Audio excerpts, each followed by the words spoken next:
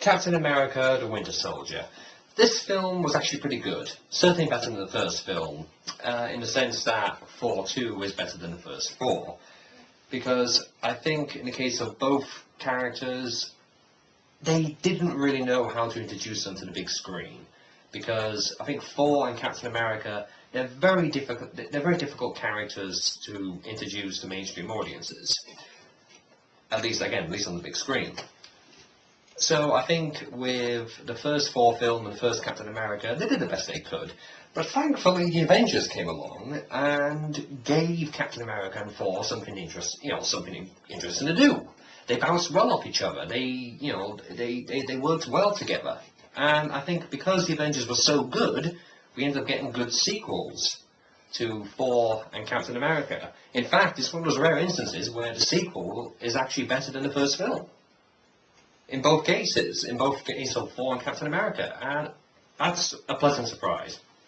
Now, the running time for Captain America is 2.25 hours, roughly.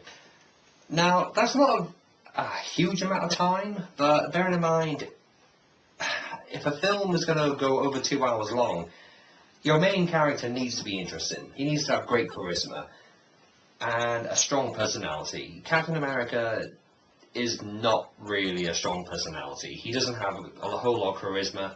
He's a very vanilla character. Which brings me to the villain.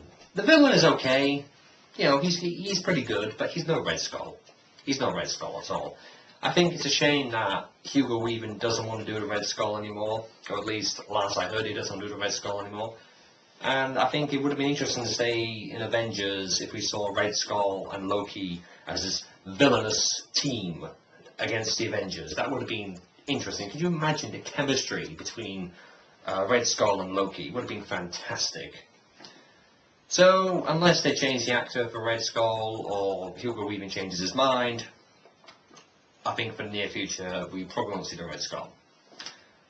But this film, The Winter Soldier, it was pretty good. I mean, the action was good, so the dialogue is good. In fact, that's just something that's interesting. There was some really interesting dialogue in this film. There's some good jokes in this film. And I never felt at one point that the dialogue in this film was wooden or forced. And I have to say, with the first Captain America, there was a lot of forced dialogue, a lot of cheesy dialogue in the first film. So thankfully, in the second film, they fixed that.